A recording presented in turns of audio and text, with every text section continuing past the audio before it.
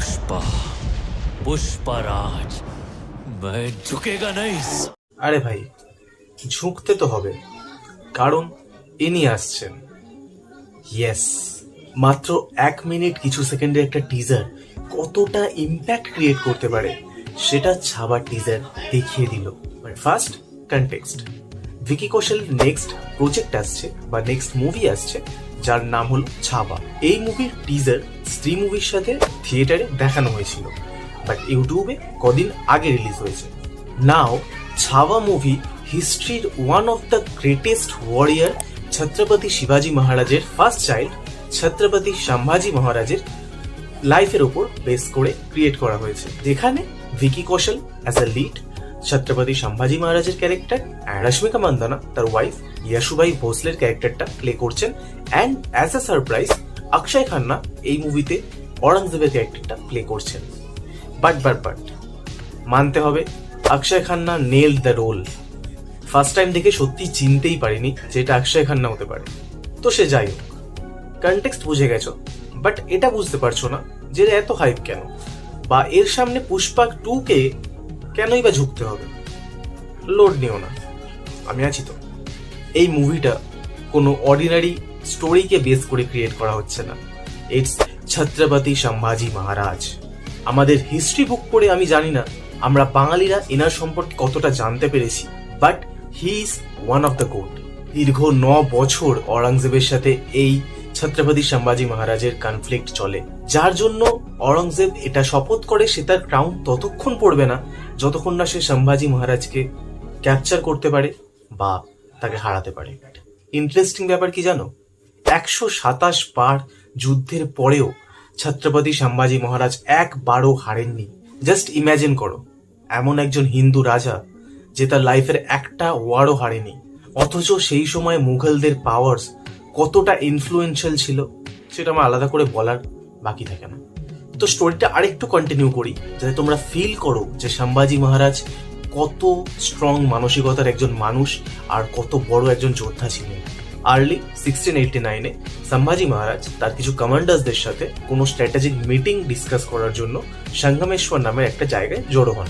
সেখানে ওনারই স্ত্রী ইয়েশুভাইয়ের ভাই কানোজি শিরকে অ্যান্ড অরঙ্গজেবের কমান্ডার মুকারব খান ওদের উপর অ্যাটাক করে, অ্যান্ড 1 ফেব্রুয়ারি 1689-এ সম্ভাজি মহারাজ অ্যান্ড ওনার অ্যাডভাইজার কবি কৈলাশকে ক্যাপচার করে নেওয়া হয় বাই মুঘলস।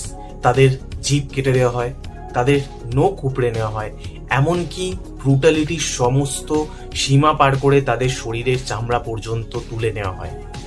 জানো অরঙ্গজেব ছত্রপতি সম্ভাজি মহারাজকে কি অফার করেছিল? উনি যদি ওনার ধর্ম ছেড়ে ইসলাম ধর্ম গ্রহণ করেন, নিজেকে কনভার্ট করেন, তাহলে ওনার লাইফকে স্পেয়ার করা হবে। বাট ছত্রপতি সম্ভাজি মহারাজ এটা কখনোই মানেননি, এবং তার মুখে কেবল একটাই কথা ছিল, হর হর মহাদেব। আর এর জন্য ছত্রপতি সম্ভাজি মহারাজকে ধর্মবীরও বলা হয়। 11 ফেব্রুয়ারি 1689 ছত্রপতি সম্ভাজি মহারাজকে হত্যা করা হয়। আর এটা কোনো নর্মাল হত্যা ছিল না, ওনার গলা কাটা হয়, প্লাস ওনার শরীরের বিভিন্ন টুকরো করে সেগুলোকে নদীতে ভাসিয়ে দেওয়া হয়। আর এটা ভীষণ শেমফুল যে আমরা বা অনেকেই ওনার সম্পর্কে তেমন কিছু জানি না। বাট এটা ঠিক, নর্থে ওনার একটা কাল্ট ফলোয়িং আছে, বিশেষ করে মহারাষ্ট্র সাইড। রইল টিজার, তো টিজারকে অতটা বেশি ইলাবোরেট করব না। এক কথায় যদি বলতে হয়, ইটস পারফেক্ট। ভিকি কৌশল, উফ কি লুকস, কি ইন্টেন্সিটি। পুরো টিজারটা একটাই জিনিস ফিল করাচ্ছিল, সেটা হলো ভিকি কৌশলের screen presence. Just look at this scene. এই সিনটাতে কস্টিউম, অ্যাটিটিউড, জাস্ট ফ্রেমটা পুরো একটা পেন্টিং মনে হচ্ছে। পুষ্পা 2 রিলিজ হওয়ার কথা ছিল অনেক আগে, বাট সেটাকে পোস্টপন করে ডিসেম্বর 6 ফাইনাল করা হয়েছে। আর ছাবা মুভিও সেই সেম ডেতে রিলিজ হচ্ছে, অর্থাৎ দুটো বিগেস্ট মুভি ক্ল্যাশ হতে চলেছে। এবার আমি কেন বলছি যে পুষ্পা 2 কে ঝুঁকতে হবে, কারণ নর্থের দিকে বা নর্থ সাইডে ছত্রপতি শিবাজি মহারাজ বা ছত্রপতি সম্ভাজি মহারাজের একটা ভীষণ কাল্ট ফলোয়িং আছে। তো সেখানে এই মুভিটা, ছাবা মুভিটা ভীষণ দারুণভাবে চলবে। হ্যাঁ, পুষ্পা 2 এর একটা হাইপ আছে যেটা সে ভালোভাবে ইউটিলাইজ করবে, এবং আমি বলছিও না যে মুভিটা নর্থে ফ্লপ হবে, মুভিটা চলবে। নর্থের অডিয়েন্স তো অবভিয়াসলি পুষ্পা 2 এর আগে ছাবার দিকেই তাদের প্রেফারেন্স রাখবে। আর পার্সোনালি যদি আমার কথা বলি, তো আমার প্রেফারেন্সও সত্যি পুষ্পা 2 এর আগে ছাওয়াই থাকবে। এর একটা বড় কারণ হলো পারফরমেন্স। হ্যাঁ, আল্লু অর্জুনের পারফরমেন্স পুষ্পা 2 তে ভালো, বাট মাসি পারফরমেন্সের থেকে আমি এই ক্লাসি পারফরমেন্সটা বেশি এনজয় করি। তো এবার একটু হলেও ক্লিয়ার হয়েছে তোমাদের কাছে যে কেন পুষ্পা 2 কে হয়তো ঝুঁকতে হতে পারে। এখনো পর্যন্ত দুটো মুভি ক্ল্যাশ করতে চলেছে, এটুকু জানি যে দুটো মুভি ভালো বিজনেস করবে বক্স অফিসে।